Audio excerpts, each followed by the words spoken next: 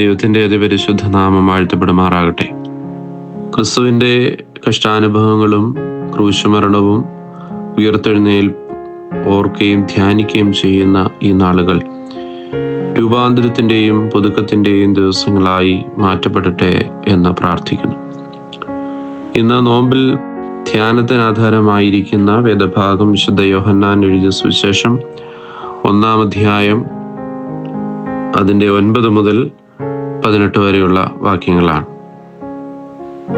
കർത്താവിനെ ഈ വേദഭാഗത്ത് അവതരിപ്പിക്കുന്നത് ഇരുളിനെ അകറ്റുവാൻ ഈ ലോകത്തിലേക്ക് വന്ന സത്യവെളിച്ചം എന്നുള്ളതാണ്.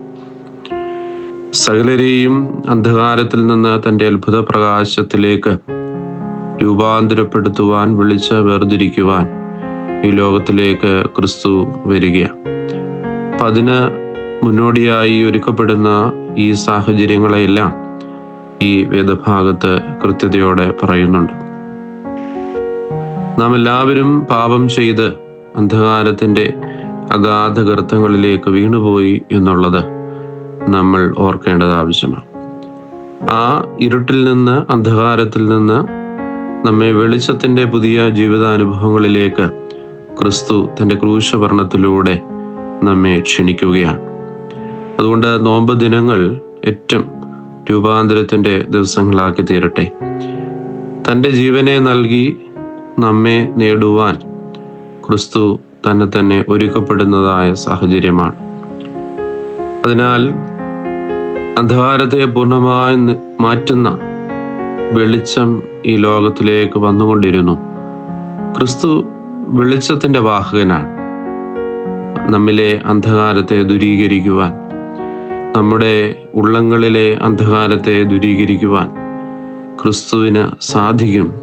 ആ ഒരു വലിയ ഉറപ്പും പ്രതീക്ഷയും പ്രത്യാശയും മുറുകെ പിടിക്കുന്ന നാളുകളാണ് ഈ നോമ്പ് ദിനങ്ങൾ എന്ന് നമുക്കറിയാം. നമ്മെ വെളിച്ചമുള്ളവരാക്കി രൂപാന്തരപ്പെടുത്തുവാൻ ഇരുളിനോട് യാതൊരു തരത്തിലുള്ള സന്ധിയുമില്ലാതെ കർത്താവ് തൻ്റെ ജീവിതത്തെ നൽകുകയാണ്. ക്രിസ്തു ഈ ലോകത്തിലേക്ക് വന്നുകൊണ്ടിരുന്നു എന്നുള്ള വേദഭാഗം നമ്മെ ഓർമ്മിപ്പിക്കുന്നത് വെളിച്ചത്തിലേക്ക് നമ്മെ നയിക്കുവാൻ തൻ്റെ ജീവനെ പകർന്നു എന്നുള്ളതാണ്. ഇരുട്ട് പാപത്തിൻ്റെയും അന്ധകാരത്തിൻ്റെയും എല്ലാ തിന്മശക്തികളെയും കുറിക്കുന്നതാണ്. എന്നാൽ വെളിച്ചം ജീവനെയും അതിൻ്റെ സമൃദ്ധിയെയും പ്രകാശിപ്പിക്കുകയാണ്. കർത്താവ് ഈ ലോകത്തിൽ വന്നത് പാപികളെ, അന്ധകാരത്തിലായിരുന്നവരെ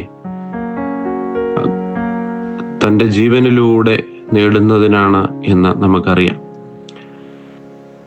കർത്താവിൻ്റെ ആഗമന ഉദ്ദേശം ഈ വേദഭാഗത്ത് കൃത്യതയോടെ വിവരിക്കുകയാണ്. ഒന്നാമതായി, വെളിച്ചത്തിൻ്റെ ഉറവിങ്കിലേക്കൊരു തീർത്ഥയാത്രയാണ് നോമ്പിൻ്റെ ദിവസങ്ങൾ എന്ന് പറയുന്നത്.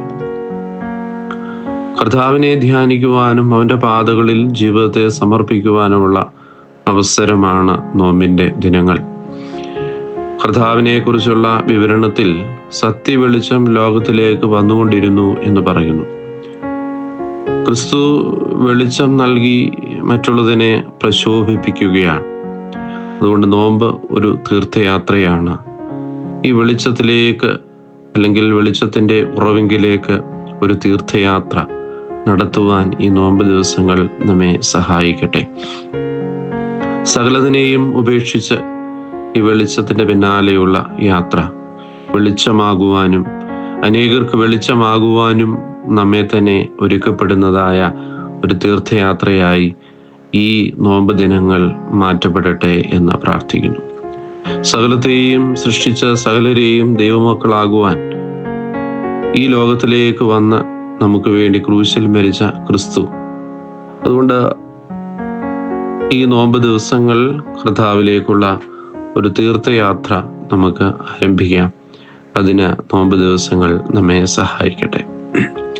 രണ്ടാമതായി, നമ്മെ സമൃദ്ധമായി അനുഗ്രഹിക്കുന്ന ഒരു ദൈവത്തെ തിരിച്ചറിയുക എന്നുള്ളതാണ്. തിരിച്ചറിവിൻ്റെ പുതിയ അനുഭവത്തിലേക്ക് ഞാൻ നിങ്ങളും പ്രവേശിക്കാം. നല്ലതിനെയും തീയതിനെയും, നന്മയെയും തിന്മയെയും ദൈവം നൽകിയ അനുഗ്രഹങ്ങളെയും ഒക്കെ തിരിച്ചറിയുവാനുള്ള ഒരു ദൈവീകമായ ഇടപെടലാണ് നോമ്പ് ദിവസങ്ങൾ എന്ന് പറയുന്നത്. ഇന്ന് ഞാനും നിങ്ങളും സമൃദ്ധമായി അനുഗ്രഹത്തോടെ ദൈവസന്നിധിയിലായിരിക്കുന്നത് ദൈവം നൽകിയ സമൃദ്ധമായ ജീവിതാനുഭവത്തിൽ നിന്നുമാണ്. സ്വന്തമായി ഒന്നും നേടുവാൻ കഴിവില്ലാതെ, സ്വന്തമായി യാതൊരു ജീവിത സാഹചര്യങ്ങളെയും നേരിടുവാൻ പോലും കഴിയാത്തവരാണ് മനുഷ്യർ എന്ന് നമുക്കറിയാം. അതുകൊണ്ട് ദൈവം നൽകിയതല്ലാതെ ഈ ലോക ജീവിത യാത്രയിൽ ജീവിതത്തിൽ ഒന്നുമില്ല എന്നുള്ള ബോധ്യം നമ്മെ അനുദിനം ഭരിക്കട്ടെ. നമ്മുടെ മിടുക്കോ കഴിവോ സാമർഥ്യമോ ഒന്നുമല്ല, മറിച്ച് ദൈവത്തിൻ്റെ കൃപയാണ് ഇന്ന് ഞാൻ നിങ്ങളുമായിരിക്കുന്നത് എന്ന് തിരിച്ചറിയുവാൻ ഈ നോമ്പ് ദിവസങ്ങൾ നമ്മെ സഹായിക്കട്ടെ എന്ന് പ്രാർത്ഥിക്കുന്നു. പ്രതികൂലങ്ങളും പ്രയാസങ്ങളും നിറഞ്ഞ ഒരു ജീവിത സാഹചര്യങ്ങളിലൂടെ ഞാനും നിങ്ങളും യാത്ര ചെയ്യുമ്പോൾ കർത്താവ് തൻ്റെ കൃപയാൽ നമ്മെ പരിപാലിക്കും. വേദനയും പ്രയാസങ്ങളുമൊക്കെ പിടിച്ചു നിൽക്കുവാനുള്ള ബലം വലിയവനായ ദൈവം നമ്മൾക്ക് നൽകും എന്നുള്ളതിന് യാതൊരു സംശയമില്ല. സന്തോഷത്തിലും സന്താപത്തിലും ഒരുപോലെ ബലപ്പെടുത്തുന്നതായ പിതാവായ ദൈവത്തെ തിരിച്ചറിയുവാൻ ഈ നാളുകൾ നമുക്ക് ഇടയായി തീരട്ടെ. നമ്മുടെ ജീവിതത്തിൻ്റെ എല്ലാ സാഹചര്യങ്ങളെയും അറിയുന്നവനാണ് ദൈവം. ആ ദൈവസന്നിധിയിൽ നമ്മുടെ ജീവനെ നമ്മൾക്ക് സമർപ്പിക്കാം.